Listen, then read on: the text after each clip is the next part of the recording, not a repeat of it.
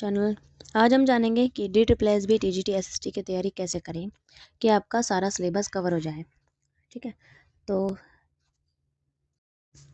सबसे पहले हमें अपना बेस बनाने के लिए N C R T books को रीड करना है। ठीक है, अगर आपके पास काफ़ी टाइम है तो आप 6 से 12 तक की सारी बुक्स को रीड कीजिए।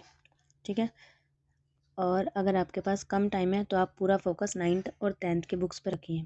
ठीक है, और इकोनॉमिक्स के लिए आपको 11th और 12th की बुक पढ़नी है। ठीक है, 10th और 9th की भी आप पढ़ सकते हो क्योंकि काफ़ी अच्छा बेस बन जाता है अगर आप 9th 10th 11th 12th की बुक्स पढ़ते हो। ठीक है, बट आपको हिस्ट्री के लिए 11th 12th नहीं पढ़ना है। ठीक है, आपको हिस्ट्री के लिए 9th और 10th की बुक्स ही पढ़नी है।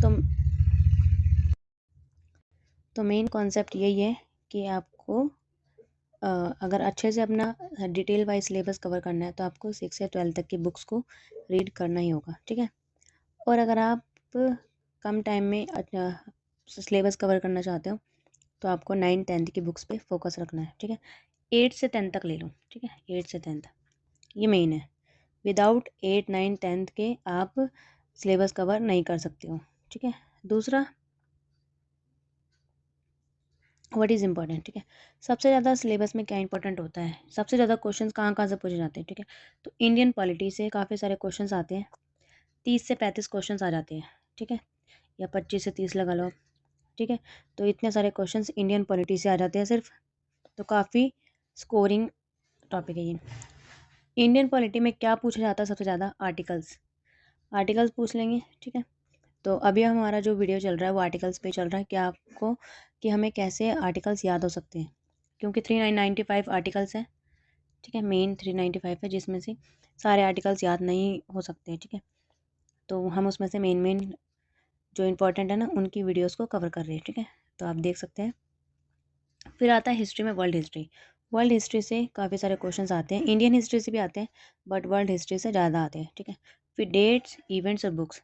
यहाँ पे आपको सिविक्स ज्योग्राफी और हिस्ट्री तीनों की डेट्स इवेंट्स और बुक्स को अच्छे से लर्न कर लेना है कि किसने कौन सी मैगजीन छापी, कौन सी लैंग्वेज में क्या पब्लिश किया। ठीक है, ये सब पूछ लिया जाता है।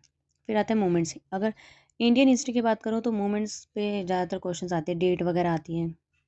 ठीक है, फिर सबसे ज़्यादा जो इम्पॉर्टेंट और जो कंफ्यूजिंग चीज़ है ना वो ये है कि पढ़ने के बाद हम सब कुछ याद कैसे रखें, या फिर कैसे पता लगाए कि क्या पढ़ना है क्या छोड़ना है। ठीक है, तो उसके लिए सबसे ज़्यादा इम्पॉर्टेंट है क्विज़ेस को करना। ठीक है, क्विज़ेस करो यूट्यूब पे, जैसे कि आपने वर्ल्ड हिस्ट्री पढ़ लिया। ठीक है, तो वर्ल्ड हिस्ट्री के क्विज़ेस देखो, एमसीक्यूज सॉल्व करो, फिर मॉक टेस्ट लगाओ। ठीक है, क्विक रिवीजन नोट्स बनाओ, जैसे कि आप कहाँ पे मिस्टेक कर रहे हो। ठीक है, उसके नोट्स बनाओ।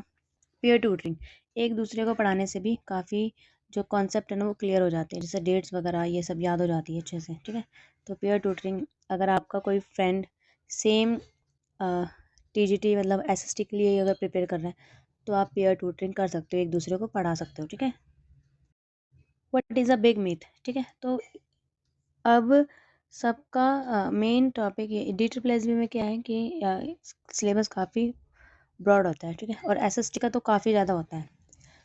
तो अगर आप ये समझते हो कि मैं सारा सिलेबस कवर कर लूँगा या कर लूँगी, ठीक है, तो ये बहुत बड़ा मिथ है। ठीक है, आप 3 से 4 महीने के अंदर या फिर 6 महीने भी लगा लो तो आप सिलेबस कवर नहीं कर सकते हो। ठीक है, ठीक है, तो आपको मेन मेन टॉपिक्स पहले आपको एनसीईआरटीज़ रीड करनी है, फिर आपको मॉक टेस्ट लगाना है, फिर आपको खुद समझ आने लगेगा कि कौन से टॉपिक्स इंपॉर्टेंट है, मुझे क्या पढ़ना है क्या छोड़ना है, आप खुद ही समझ जाओगे। ठीक है, जब आपने इतना कर लोगे तो फिर आपको क्या करना है कि आपको जो फोकस है ना वो मेन टॉपिक्स पे रखना है, इधर उधर नहीं भटकना है। अपने रिसोर्सेज को लिमिटेड रखना है कि मुझे, अगर आपने एक पेज का नोट्स बनाए हैं ना तो आपको आपको एक एक लाइन एक एक वर्ड अच्छे से लर्न हो जाने चाहिए कि उस पेज पे क्या लिखा है। ठीक है, तो इस तरीके से आपको स्टडी करनी होगी। ठीक है, तो अगर आपको बुक से रिलेटेड कोई इशू है या फिर कोई डाउट है तो आप कमेंट करके बता सकते हैं। ठीक है, मैं आपके वो डाउट क्लियर कर दूँगी। और अगर आपको एसएसटी एनसीईआरटी के नोट चाहिए तो आप मेरी पहले वाली वीडियो देख सकते हो जो कि लिंक पे मेंशन है। ठीक है, तो मैंने सारे एसएसटी के नोट्स बनाए हुए हैं तो उनको आप देख सकते हो। ठीक है। अगर आपको उन पे वीडियोस चाहिए तो आप वो भी कमेंट करके बता सकते हो। ठीक है। Thank you everyone for watching. आपको वीडियो कैसी लगी प्लीज़ कमेंट करके ज़रूर बताइए।